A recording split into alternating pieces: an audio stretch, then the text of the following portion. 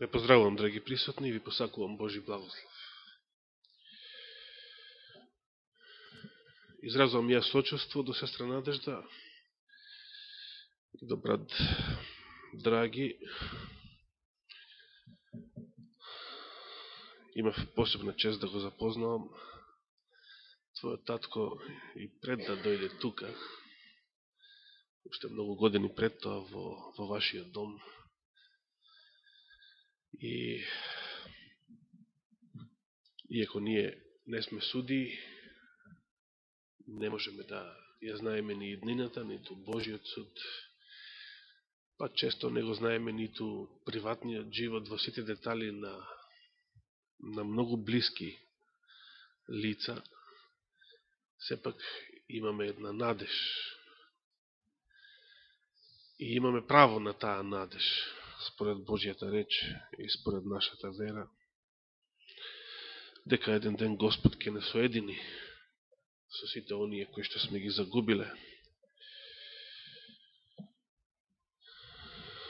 Денес и јас не би сакал да должам многу, штом постои еве и оваа потреба, но нешто битно што сакав да го споделам со вас пред да го имаме светиот обред, би сакал да биде еден поттик за да размислуваме на оваа тема. Деновиве бевме малку преокупирани повторно со прашањата во врска со единството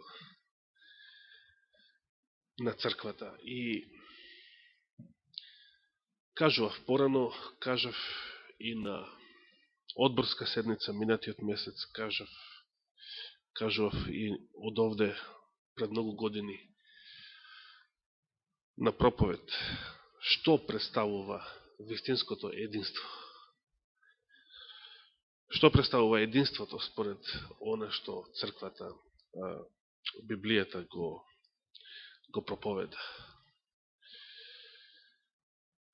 Бидејќи единството не зависи од регистрации, од документи, од печати, од брави, од клучеви и од други материјални предмети.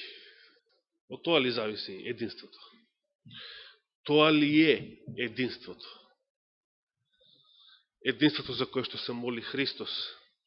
Постои само една материјална страна, еден материјален аспект на единството. А тоа е светата причест. Само тоа има врска со единството на црквата. Само тоа Господ го оставил, како што самиот рекол, ова правете го за спомен мој.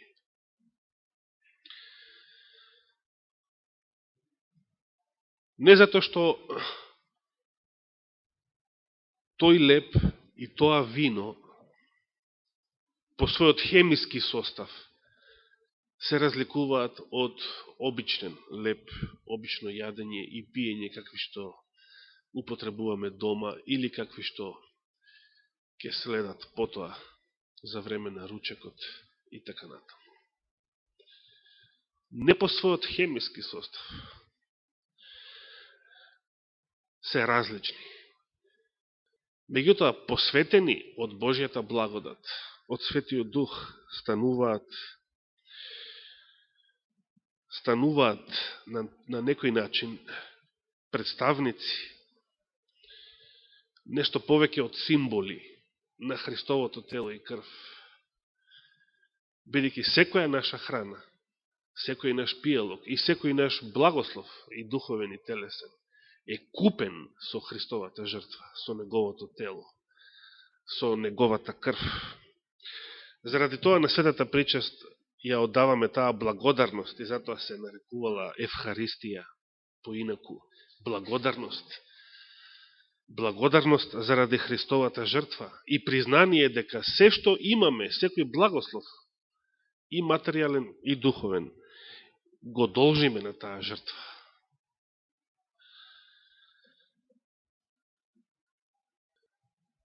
Денес е 15 Нисан според еврејскиот календар и првиот ден од празникот Бесквасници, кој што во Стариот Завет Господ го востановил исто така за да биде спомен. Спомен на што? Ослободувањето на евреите од египетското робство. Меѓутоа, светата причест Господ ја востановил да биде исто така спомен. Спомен на што? Ние не сме биле во Египет. Робови. Може би никој од нас тука не е евреин по потекло. Не врзува ли нас нешто со египетското робство и со таа старозаветна Пасха, ако поаѓаме чисто од себе? Ниту лично, ниту национално. Но, сепак, како Божјо дело, секој верник може да се соживее и со неа, затоа што Бог го ослободил еврејскиот народ од тоа робство, а не тој самиот. Но многу поважно од сето тоа представува новозаветната Пасха. Како што напишал апостол Павле, и тоа е првиот стих што ќе го цитирам денес, во првото послание до Коринтијаните, познатите зборови во 5 глава. Прво послание до Коринтијаните, 5 глава,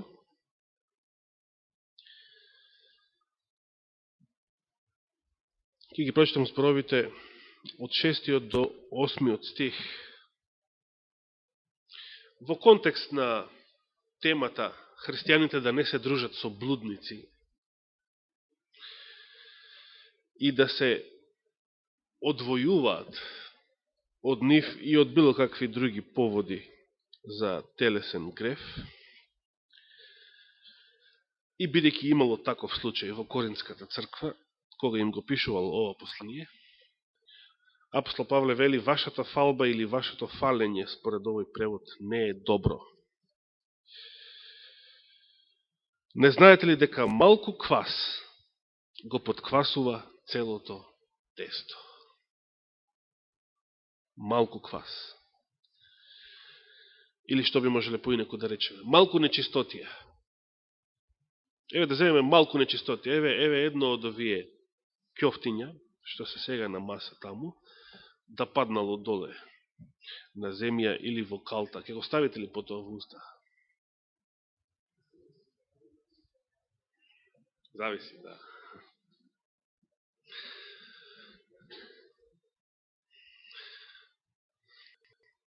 Јас ке би сакал да го споменам тука оној експеримент што го направив со еден Јеховин сведок во домот 25. мај, каде што служев цивилна служба 2003 година. Значи, Јеховиниот сведок, од шутка беше човекот, двајца беа Јеховини сведоци таму, од шутка. И многу го истакнуваа тоа дека имаат слобода да јадат се, дека е се чисто во Новиот Завет, свинско, што сакаш јади, се е во ред. Искав да проверам колку навистина верува во тоа што го зборува, дека се е чисто и дека се може да се јаде. И знаете што направив? Бидејќи работев во кујната, еден ден имаше гулаш, тој ден беше сготвен гулаш за децата, и од остатокот, значи од јадењето кое што децата не го довршуваа јадењето. Значи имаше деца што не го довршуваа тањирот, туку го враќаа со, да речеме, половина јадење, третина јадење останато од гулашот. По правило тоа требаше да го празниме, како што го празнев, во канти, тој остатокот, и да им го носиме на свињите потоа. Потоа беше посебна приказна свињите како се однесува, кога им го носевме тоа јадење. Но јас решив, од неколку чини, вратени чини од децата, Значи, дел од нивното јадење што тие не го ставале во уста, што не го допирале практично, да искомбинирам една чинија и да му ја дадам на Јеховиниот сведок, а тој мислеше дека јас му давам цела чинија од казаното, од черпата, од остатокот на ручекот. И како што почна да јаде 2-3 залака со голем апетит, и потоа не чекав многу, само по 2-3 залака му реков од каде потекнува јадењето што го јаде. Во тој момент му доаѓаше да поврати. Значи, не беше јадење што свињите го лапаа, не беше јадење што паднало на земја, не беше помешано со нешто друго. Само она јадење што децата го враќа недопрено во своите чини. И тоа му беше гадно. Значи, не било се чисто. Но апостол Павле тука зборува во преносен смисол. Како и во случајот на Ахан во Стариот Завет. Малку квас, малку греф во превод во самата црква и се губи Божиот благослов. Но каков совет ни дава во овој посебен ден, во оваа посебна сабота? Затоа исчистете го стариот квас, та да бидете ново тесто. Значи, ова е нешто можно. Како што сте бесквасни, зашто Христос, Пасхата наша, беше жртвувана за нас, или по стариот превод вели, се закла за нас. Еве, денес е првиот ден без квасници, според еврејскиот календар. Меѓутоа, ние не сме повикани да јадеме бесквасен леб.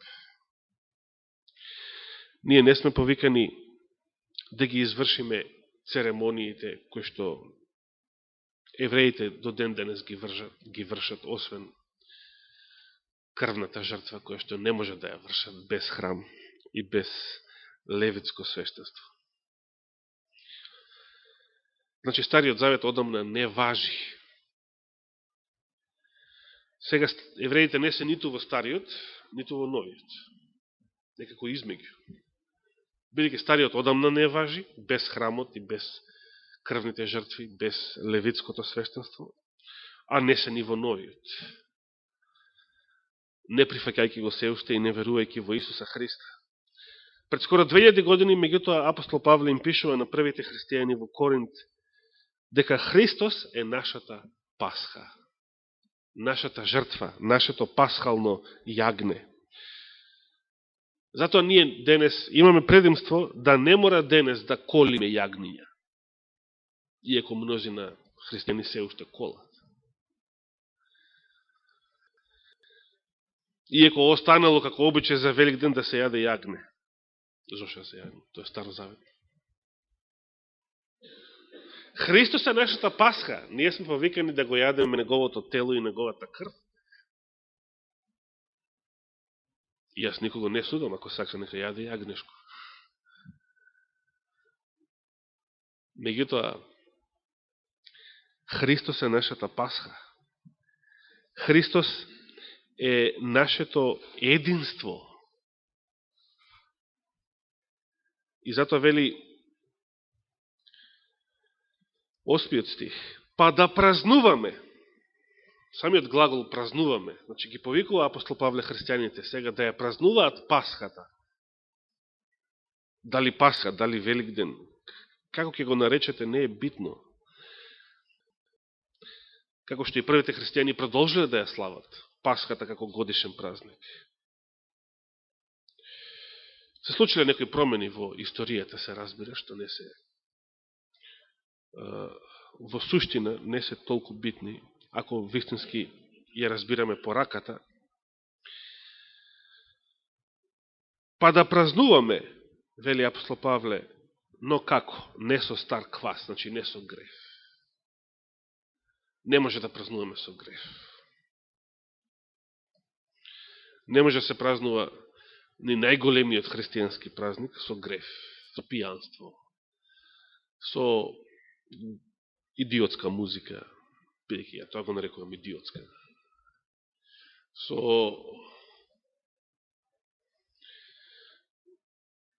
со било што, па и неморал, каде што има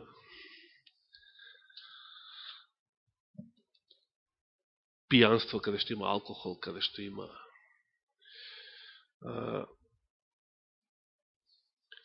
блудство или доволно блудни помисли, лумпување, така не се празнува, особено не христијански празник. Тоа е све стариот квас. Сето тоа е стариот квас. Да празнуваме, за да го доживееме вистинскиот благослов, и сега јас зборувам конкретно за нас денес, не за Велик ден, зборувам за денешната саботна света вечера. Да празнуваме не со стар квас, ниту со квас од злоба и лукавство, бидејќи да го нема ова претходно блудство, лумпување, алкохол, неморал од било кој вид. Злоба и лукавство често може да не пратат и не пратат во животот. Туку со пресни лебови во чистота и вистина. Ние ќе имаме пресен леб, ќе имаме и пресно вино, односно безалкохолен гроздов сок. И на тоа се однесуваат Павловите зборови, но во преносен смисол се однесува на нас самите.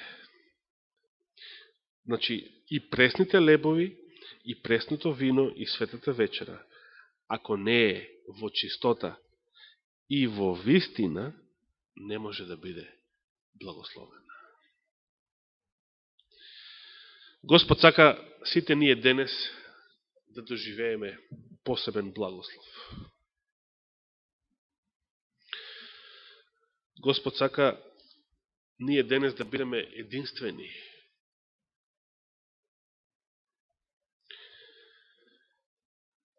Барем ние тука да бидеме единствени. Штом другите сметат дека единството се постигнува со регистрации, клучеви, документи, печати и така натаму. Дали можеме ние да бидеме единствени во чистота и вистина, како што напишал апостол Павле? Да се подсетиме како Христос го разбрал и го разбирал единството.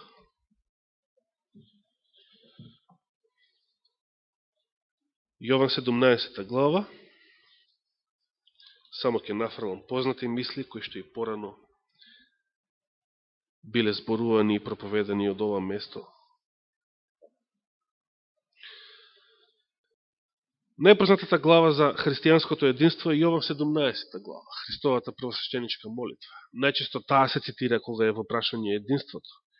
Дури и екуменското движење се повикува многу на Јован 17 глава. Меѓутоа се повикува само. Не ја чита Јован 17 глава, што пишува во неја.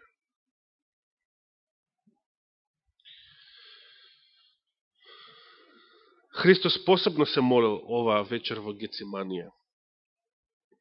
Не толку заради себе си, заради агонијата низ која што самиот требал да помине и веќе ја чувствувал. Туку заради оние што ќе ги остави позади себе. Да се борат со гревот, да се борат со искушенијата, да се борат со обесхрабрувањата, да се борат со соблазните, со непријателствата, со прогонствата, со сето оно со кое што ние денес се соочуваме. И знаел дека во сето тоа ќе издржат најмногу и ќе бидат најсилни ако се единствени. Но што значи единството? Прво да веруваме во единствениот вистински Бог.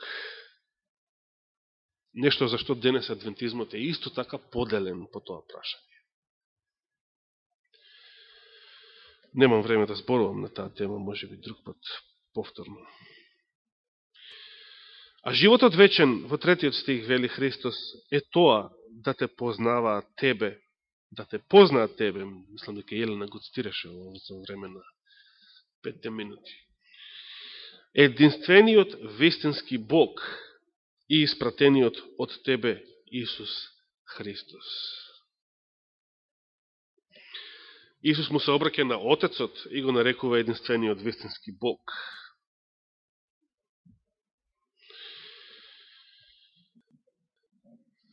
Како понатаму Христос го дефинира единството во оваа глава?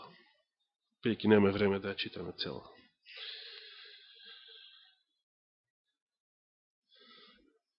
Еве да појдеме веднаш во 17 стих.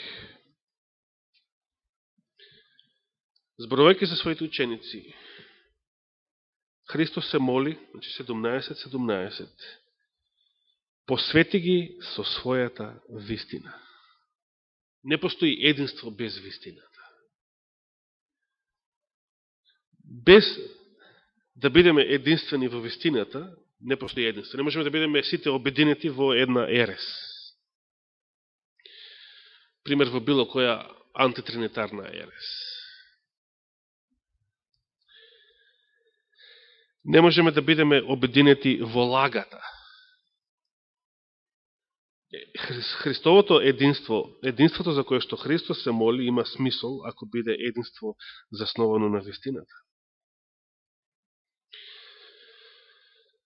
Ако не сме посветени со Христовата вистина, а понатаму вели Твоето Слово е вистина, тогаш не можеме да бидеме единствени во вистината.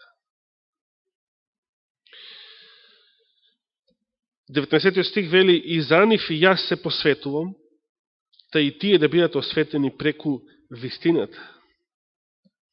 Значи Христос прво зборува за нашето посветување. Посветувањето е можно само со вистината. А дури потоа зборува за единството на неговите следбеници. Зато што без ова првото не може да настапи второто. Зато екуменското движење е лажно единство. Бидејќи не ја признава вистината и ја омаловажува, однапред ја омаловажува вистината. Не е важно како веруваме, вели, да бидеме единствени. Како ќе бидете единствени, ако не верувате во вистината? Ако не ја признавате вистината?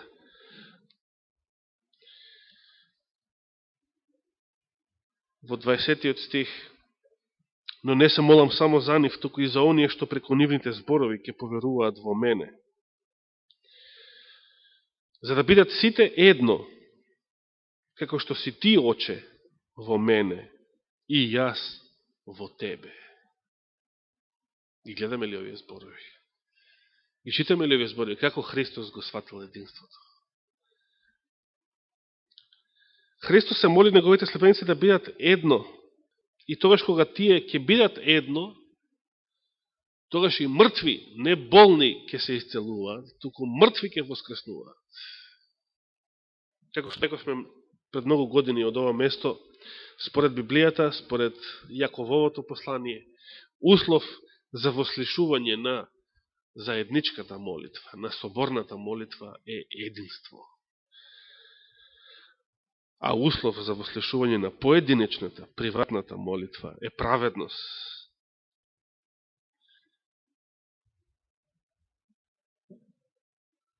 Меѓутоа, за да бидат единствени повеќето, мнозинството, оние, мноштвото, оние што се молат, треба да бидат единствени во вистината, што повторно подразбира праведност.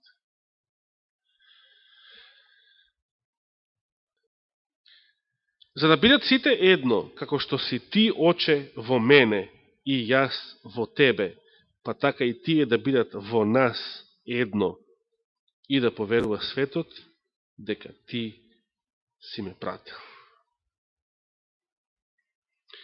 Ги разбираме ли овие зборови? Како Христос го разбирал единството на неговите следбеници? Да повторам уште еднаш, прво единство што подразбира посветеност во вистината, значи единство во вистината.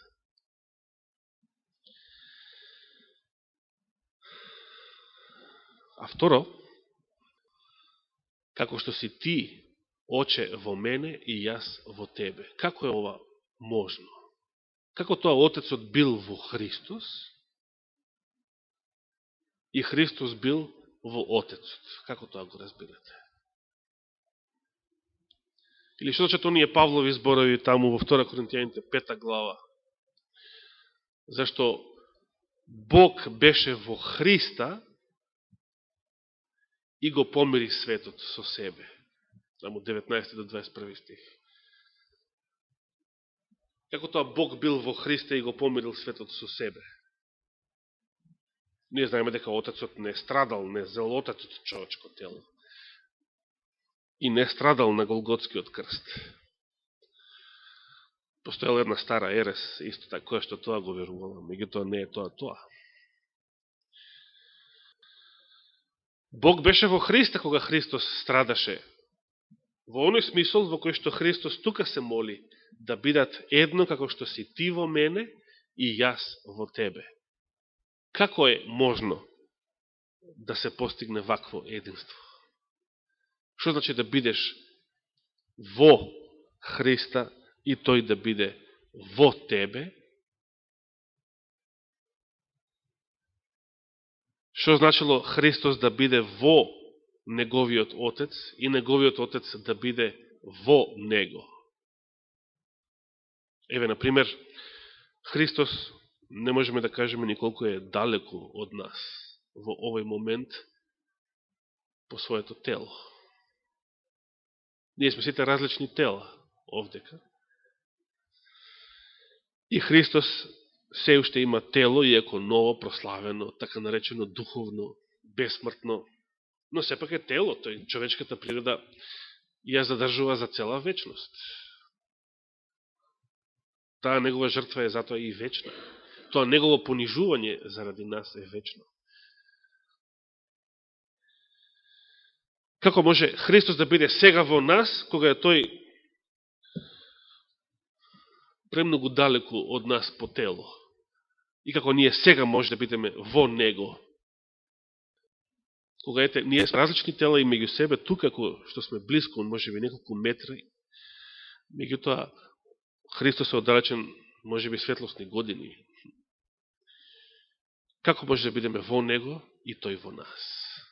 Како бил Отецот во него и он во Отца?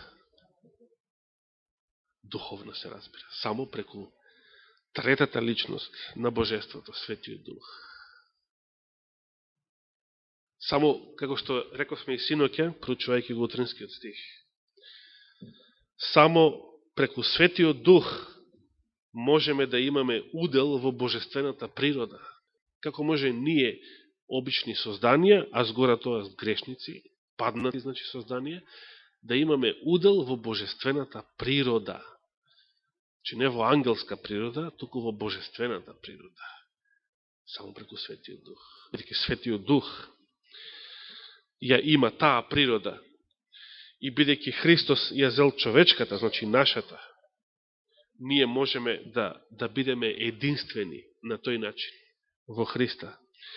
Единство во вистината. Како што самиот е рекол на Самаријанката, а Бог е дух и вистинските поклоници како ќе му се поклонуваат? Во дух и вистина. Значи без Светиот Дух и без вистината, вистинската вера, вистинската наука, не можеме да бидеме единствени. Денес, како што реков, можат луѓето да бидат и во иста црква и да веруваат, да бидат различни по вера. Денес и во многу адвентистички цркви не мора да постои раскол, како во случајов со македонската мисија, или како меѓу МПЦ и останатите. Можат луѓето да бидат во иста црква и веруваат различно. Едните велат Светиот Дух не е личност, другите велат Светиот Дух е личност. Едните го порекнуваат Отецот и Синот, други ги признаваат и така натаму.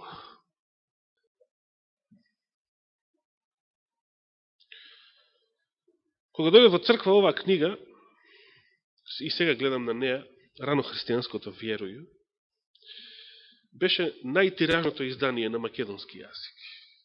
И наредните години, гледам тука 91 дека е испечатено, значи истата година кога дојдов во ХАЦ, и наредните години се сеќавам, 92 цела, и кога работевме колпортажа, најтиражното издание беше ова. Значи, било каде да се завртите во црква, најмногу имаше оваа книга, беше најмногу присутна. Најмногу примероци. Денес преведувачот на оваа книга, на македонски јазик, тврди дека оваа книга било грешка што се штампала на времето. Затоа што он повеќе не верува во неја.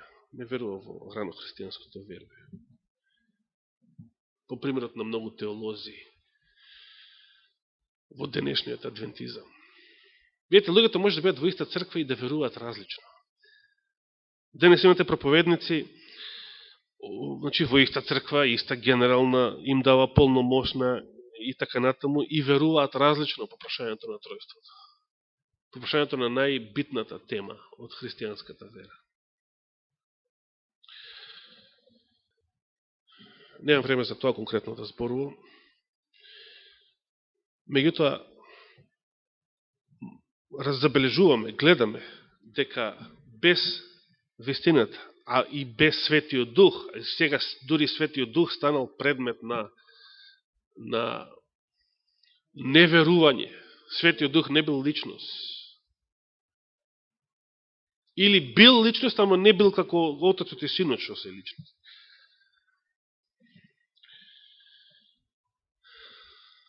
Како можеме? На времето, јас мислев дека, кога дојдов ја прв пат во ХАЦ, мислев дека овие проблеми ги имаат Јеховите сведоци само.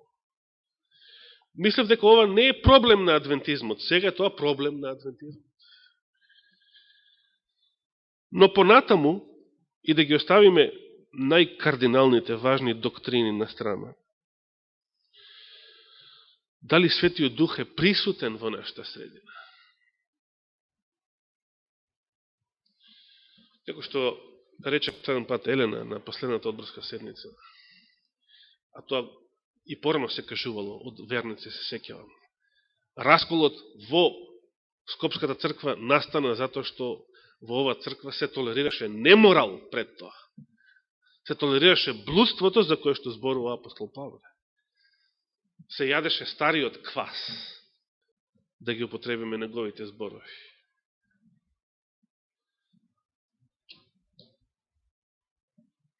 Браќи и сестри, јас повеќе не сакам да зборувам. Ви посакувам Господ да ве благослови денес. Да го доживеете неговиот благослов. Да се охрабрите од Павловите зборови, да го исчистите стариот квас, вели овде. И тоа не е доцна да се направи. Затоа што ни предстои обредот на понизност. Не е доцна, како што за еден Јуда, кој што имал намера да го предаде Христа, значи планирал греф со умисла. Не било доцна тогаш кога Христос ги миел носите на своите ученици. Не било доцна тогаш да се покае од својот греф и да го признае својот греф. Како што разбойникот се покајал и го признал на крстот. Но, за жал, Јуда не го избрал тој пат. Нему тогаш му беа помили тие 30 сребреници. А бил исто така заведен од помислата дека Христос и така сам може да се ослободи, пошто е Господ. Така да, ем јас ќар, ем на Христа ништо не му можат, толку пати самиот знаел да се ослободи. Ништо не му можеле, па зарем сега ќе го фатат. Но колку била кобна оваа заблуда, колку била кобна оваа помисла. И Јуда се обесил Не затоа што некој ангел се покажал во својата слава да го казни за својот греф.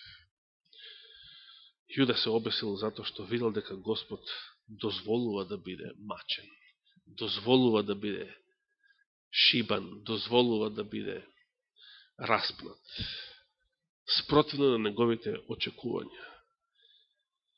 И тогаш сватил дека тие маки, тоа страдање, таа крв вредат многу повеќе од 30 сребреници. Всушност вредат многу повеќе од сите богатства на светот. Тоа е бесконечна жртва. Но, еден друг Христос ученик, апостол Петар, кој што исто така направил греф таа вечер, откажувајќи се од Христа, и тоа 3 пати, бил наведен на покаяние. Двајцата направија греф. Двајцата на некој начин го предадоа Христа. Јуда буквално, со тоа што кажал за споменатата сума, дојавил информација каде точно се наоѓа Христос, че тоа тајно место во Гециманија, кој што само учениците го знаеле, за да можат да испрати Синедрионот, стражари, војска, да го уапсат таму, во тој час. Но Петар пак јавно, откажувајќи се од Христа 3 пати. Но едниот бил наведен на покаяние таа вечер, а другиот се обесил. Тоа на страшен начин. Што била разликата? Разликата била Светиот Дух. Браќа и сестри, нека Господ ве благослови. Овој обред што ни престои, да го доживееме благословот на Светиот Дух.